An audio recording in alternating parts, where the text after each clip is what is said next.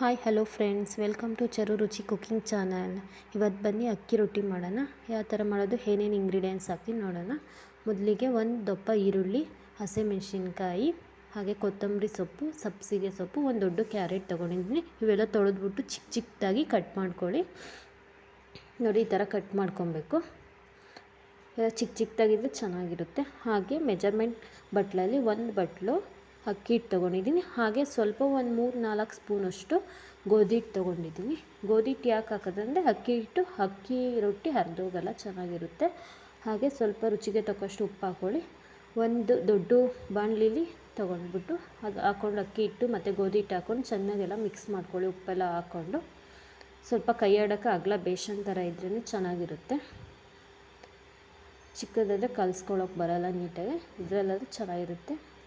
ಎಲ್ಲ ನೀಟಾಗೆಲ್ಲ ಒಂದ್ಸು ಮಿಕ್ಸ್ ಮಾಡಿಕೊಂಡು ಮತ್ತು ಹಚ್ಚಿಟ್ಕೊಂಡಿರೋ ತರಕಾರಿ, ಕ್ಯಾರೆಟ್, ಸಬ್ಬಸಿಗೆ ಸೊಪ್ಪೆಲ್ಲ ಏನಿದೆಯೋ ಅದೆಲ್ಲ ಹಾಕ್ಕೊಂಡು ಚೆನ್ನಾಗಿ ಮಿಕ್ಸ್ ಮಾಡಬೇಕು. ಫಸ್ಟೇ ನೀರು ಹಾಕೊಬಾರ್ದು. ಈ ಥರ ಎಲ್ಲ ತರಕಾರಿ ಎಲ್ಲ ಮಿಕ್ಸ್ ಆಗಬೇಕು ಹಿಟ್ಟಿಗೆ. ಆ ಥರ ಚೆನ್ನಾಗಿ ಮಿಕ್ಸ್ ಮಾಡ್ಕೊಳ್ಳಿ.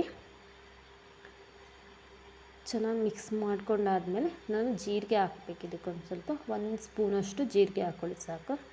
ಜೀರಿಗೆ ಹಾಕಿದ್ರೆ ಚೆನ್ನಾಗಿರುತ್ತೆ ಫ್ಲೇವರು.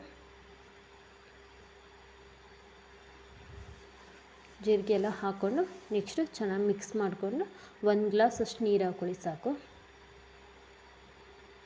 1 ಗ್ಲಾಸ್ ನೀರು ಹಾಕ್ಕೊಂಡು ಚೆನ್ನಾಗಿ ಮಿಕ್ಸ್ ಮಾಡಬೇಕು. ಕೈ ಆಡ್ತಾ ಬರಬೇಕು. ಚೆನ್ನಾಗಿ ಕಲಸಿ ಚಪಾತಿ ಹಿಟ್ಟಿಗಿಂತ ಸ್ವಲ್ಪ ಸಾಫ್ಟಾಗಿ ಕಲಿಸ್ಕೊಳ್ಳಿ. ತಟ್ಟೋದಕ್ಕೆಲ್ಲ ಚೆನ್ನಾಗಿರುತ್ತದು. ನೋಡಿ, ಈ ಥರ ಕನ್ಸಿಸ್ಟೆನ್ಸಿ ಇರಲಿ.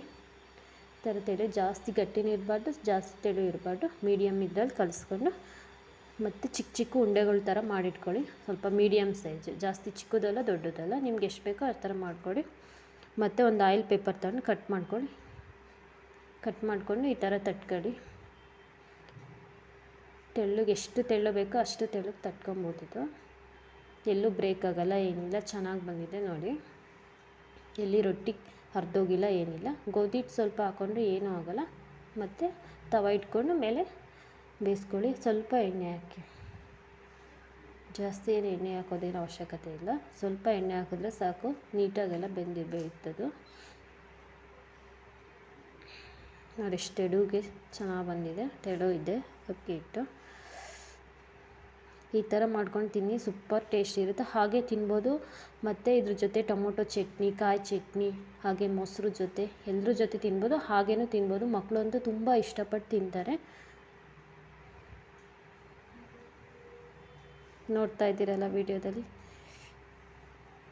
ಎಷ್ಟು ಚೆನ್ನಾಗಿ ಬಂದಿದೆ. ನಾನಿಲ್ಲಿ ಟೊಮೊಟೊ ಚಟ್ನಿ ಮತ್ತು ಮೊಸರು ಜೊತೆ ತಿಂತಾಯಿದ್ದೀನಿ. Thank you for watching.